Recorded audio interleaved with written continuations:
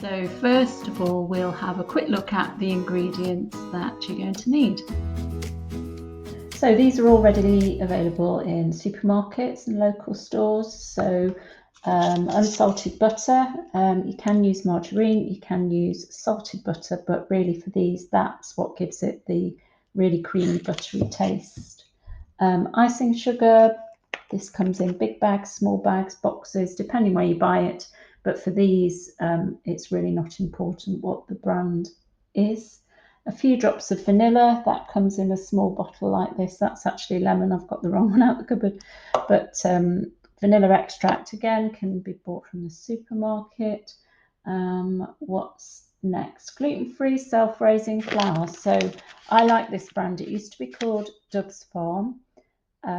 Any self-raising white flour from the supermarket will do the job. Some of them taste slightly differently, so it's down to personal taste.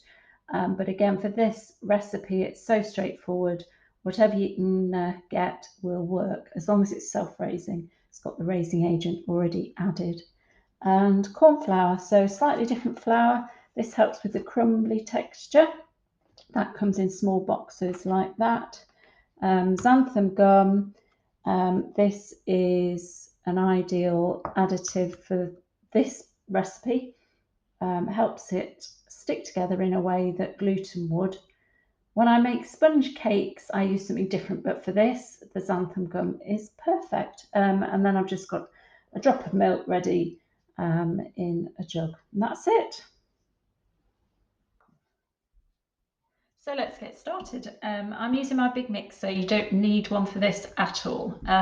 You can do it by hand, you can use a small mixer, whatever you prefer. I'm starting with the butter, which I've actually warmed ever so slightly in the microwave because it was a bit cold and you need it to really cream together with the icing sugar. Don't worry if it's not perfectly lump-free. Do squash out any big lumps because they may cause problems later on. But to start with, just get that mixed together.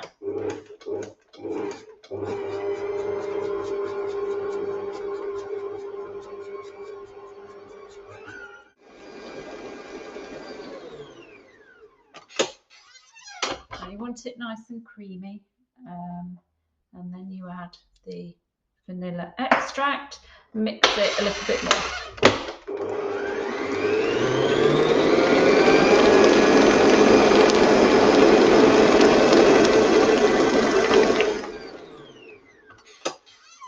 Obviously, if you're doing it by hand, just beat for a good few minutes so that the colour of it starts to change slightly. It goes from really, really yellow to like more of a creamy yellow colour.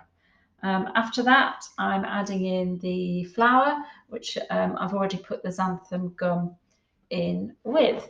So that goes in.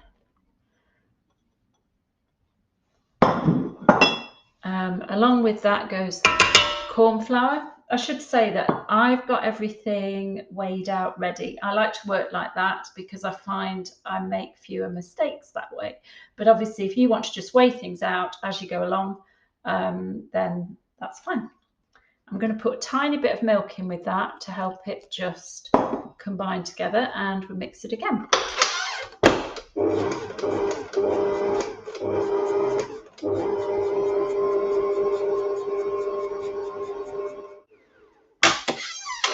Now this is the bit where you need to decide if it needs a bit more milk. Now it'll depend partly on what temperature the butter was. You can see this is quite thick and it's really going to make your hand hurt to try and pipe that. So whilst we don't want it runny, I am just going to put a little bit more milk in and then we'll have another look at it.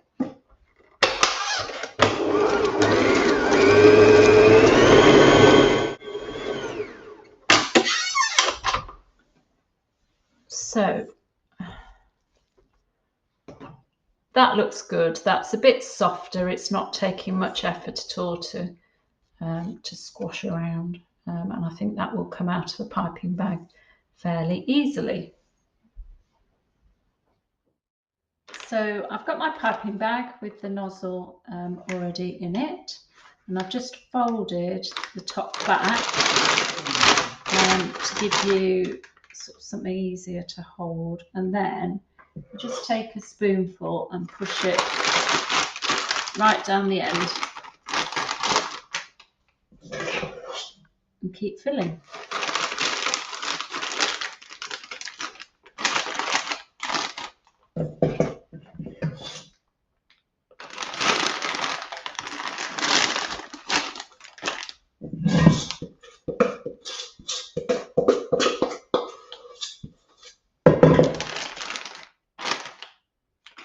There we go.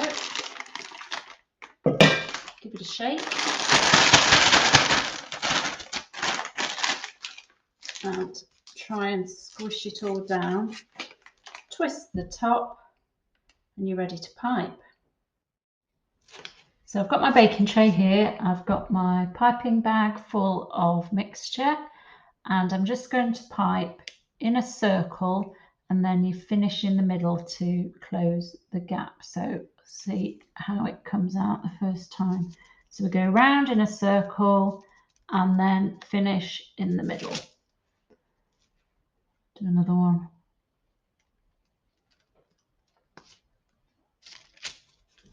And basically keep going. Depending on your nozzle, you'll obviously end up with a slightly different pattern, but they'll taste the same. That's the bottom line. Now, if you decide not to buy a nozzle especially for this, that's fine, because all you need to do is get a spoonful of the mixture. I'm just getting some out of the bowl that's left in there now. So a bit of a blob like this, and just pop it on the baking tray. Make it kind of round, I suppose. Not too thick, because you want them to bake evenly. You don't want them raw in the middle and burnt around the edges. So because the mixture is quite thick, you can spread it, you can shape it, won't run everywhere. So you can just make those all over your baking tray instead of piping it if you want to. I'm going to fill up this tray. It might need another tray, and then they're going to go in the fridge to chill, or in the freezer. If you've got a big freezer, you can just pop the whole thing in, then that'll do as well. So the whirls are in the oven. They've been in the fridge. They're nice and firm. That means they won't spread too far. And now I'm going to make the buttercream. So I've got the butter as before, the same type of butter for the buttercream, and some icing sugar as per the recipe in this bowl. And I like to use this type of attachment when I'm making buttercream. It's got a rubber edge, so it scrapes the bowl as you mix, but it's not crucial. You can just use a wooden spoon. It'll just take a bit more work, but it's perfectly achievable that way. So I'm just going to mix this for a few minutes until it is nice and smooth. Oh, I should say I put a bit of vanilla in here as well. You don't have to, but that's my personal preference. It does add something to the taste. So that's done. If you have a look in there, you can see it's really nice and soft and easily spreadable onto the whirls, because they're quite delicate. Your buttercream wants to be whipped quite a lot. Now, if it still feels quite stiff, just add a tiny bit of boiled water, maybe a teaspoon at a time, and whisk it again, whip it again. You'll find that it just loosens it slightly. But this is quite nice. It's like, let me hold it properly. It's just like soft cream, really. So we'll get to spread that in a minute when they come out of the oven. So these have now cooled down. They need to be virtually cold, otherwise the buttercream will just melt straight away. As you can see, these are the ones I did without the piping bag. We'll do those first, actually. So all I'm going to do is take a bit of buttercream on a knife I'm using a palette knife. I love these things for everything, but you don't have to have one of these. Any knife will do the job. Spread it on. Can use a piping bag, but a knife is just fine. Then you want to put a bit of jam on its other half. It's like a game of pairs, really. You just pair up the ones that look most like each other, so they'll fit together. Pop the two together like that, and there you go. Should we do another one? So a little bit of buttercream, or a lot of buttercream, depending how you prefer it. It's a bit fiddly, but goes all right. You get into the swing of it, really. Bit of jam on the other half. Squish them together. Don't be too careful, I suppose. You don't need to be too hung up on them all being identical. They won't be, it doesn't matter. If you're making them for a gift, I suppose you could spend a little bit more time making them look super even and perfect, but I think it's good if they're a bit individual, and then you just keep going.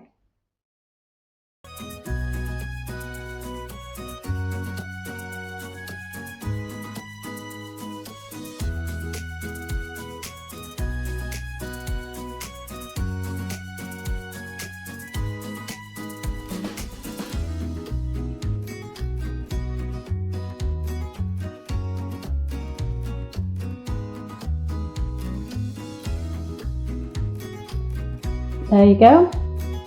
Easy.